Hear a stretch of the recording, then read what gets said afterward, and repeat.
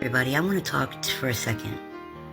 My name is Biscuit Bellard, and I had an experience living at the Brooksmead Park camp, where I was a resident for 12 years. It's a long time. I was like Mama Bear Biscuit to everybody. I was Mama. You know, I would go around and do my art and try to make everybody feel better about the situation they were in. Most of those people, I want to clarify something, did not die of a drug overdose. Some of them did do drugs. A lot of them did drugs, including my husband. But when you live on the streets, sometimes the drugs stop your pain from being hungry, from being cold. But most of them did, most of the people that lived with me drank alcohol, When we were there, we used to keep those camps very clean. There was a time that you couldn't even tell we were there. People could walk down the Greenway and feel safe. We never tried to hurt anybody. There's a lot of rumors around us. When they started shutting down the other camps on the other sides of town, those bad people were coming into our good camp. We could have our yard. We had a gardener named Jay. I don't know if any of y'all remember Jay. He used to go to Thornton's, and he'd open the door and say, "Good morning." When he was living, he would sweep and clean every camp every morning.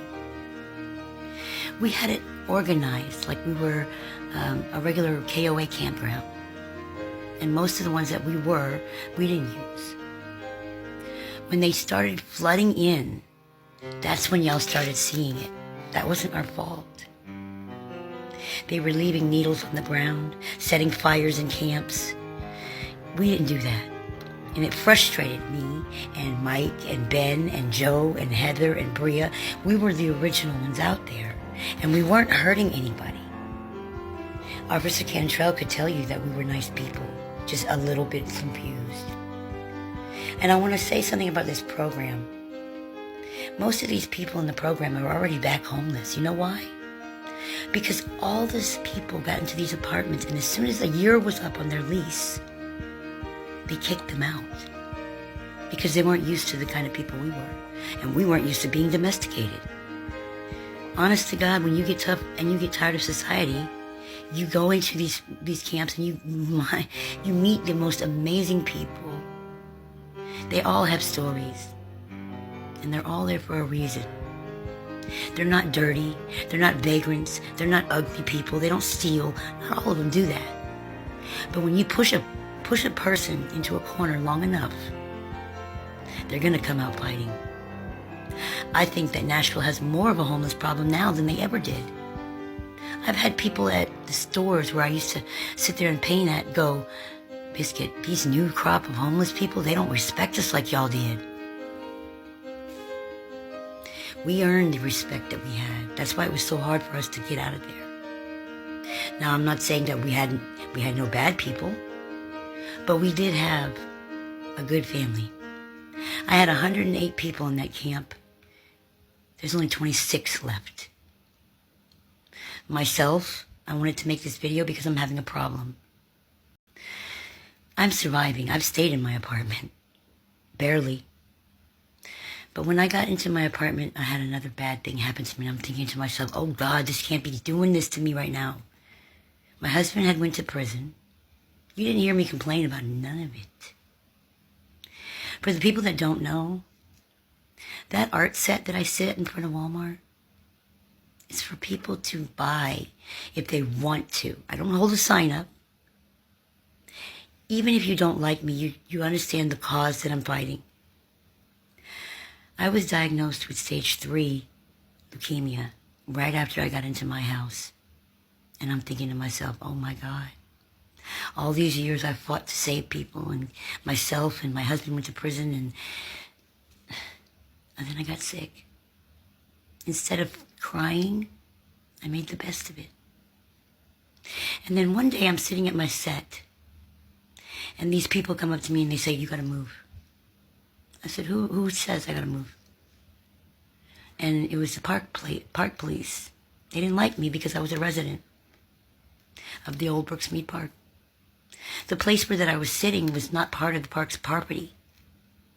Now, I know I have equal fans as I do haters.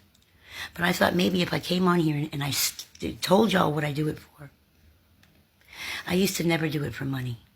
I used to do it for the fun. I used to do it to help feed people, get tents, get gas. People that know me, like Officer Cantrell, Jessica Sykes-Wilson, they all know me. Tiffany Ladd. You could speak to any of these businesses out here. Go talk to David Thornton. He'll tell you who I am. I'm a giving, caring person. And God told me to give this money that I don't need anymore because I'm being very blessed by $25 rent, people helping me out with my bills. I have angels, so I can still be an angel. I've seen so much death and so much heartache. And look, Bizcuts at the last stages of her cancer. I have no hair under here. I want to sit there because it's my ex-home. It's where I feel comfortable. But every single time I go to sit there, I get harassed. I was sitting there 12 years. Please don't kick me out. I love my West Side people, and I'll do whatever it takes to stay because I don't know how much time I have left, if it happens. You never know. God is good. I might beat this, but when I do, I'll let y'all first know. With the love that I get from my West Side people, West Charlotte Pike people is my family. I'm not causing any problems. And if you think I am, tell me to my face, please. Stop harassing Lowe's and telling them that I'm over there. Lowe's knows who I am. They've been my friends for years. I've done pictures for these people. They're a wonderful company, and I've never disrespected them. Ever. I have always done what I was told. I learned a long time ago, Miss Bizcut did, that you don't disrespect those companies and them places because they earned the right to be there too. Out of all the homeless people in those camps, I was never one to cause problems. I would solve them. When people would start cutting up in my homeless community at Thornton's, Dave or the old managers called Bizcut, and I come got them. And I made sure that they didn't go to jail, and they said that as long as I kept it under control, they would help me not to put them in jail. I've always worked with the businesses, and Bizcut is not going to argue with anybody. You can ask downtown Nashville. They tell me to move, I move. But one thing about me, as I'm a colorful person who has the biggest heart in the world, the kids that sell candy at Thornton's, ask them how I do for them. Instead of them doing something illegal and selling drugs out here like their parents did before, because that's how long I've been out there, I will buy them boxes of candy and tell them sell them. I'm trying. Please. Please don't kick me out of my spot. I need to be there. It's a peaceful place for me because my family was there. And they're all gone now, except a couple.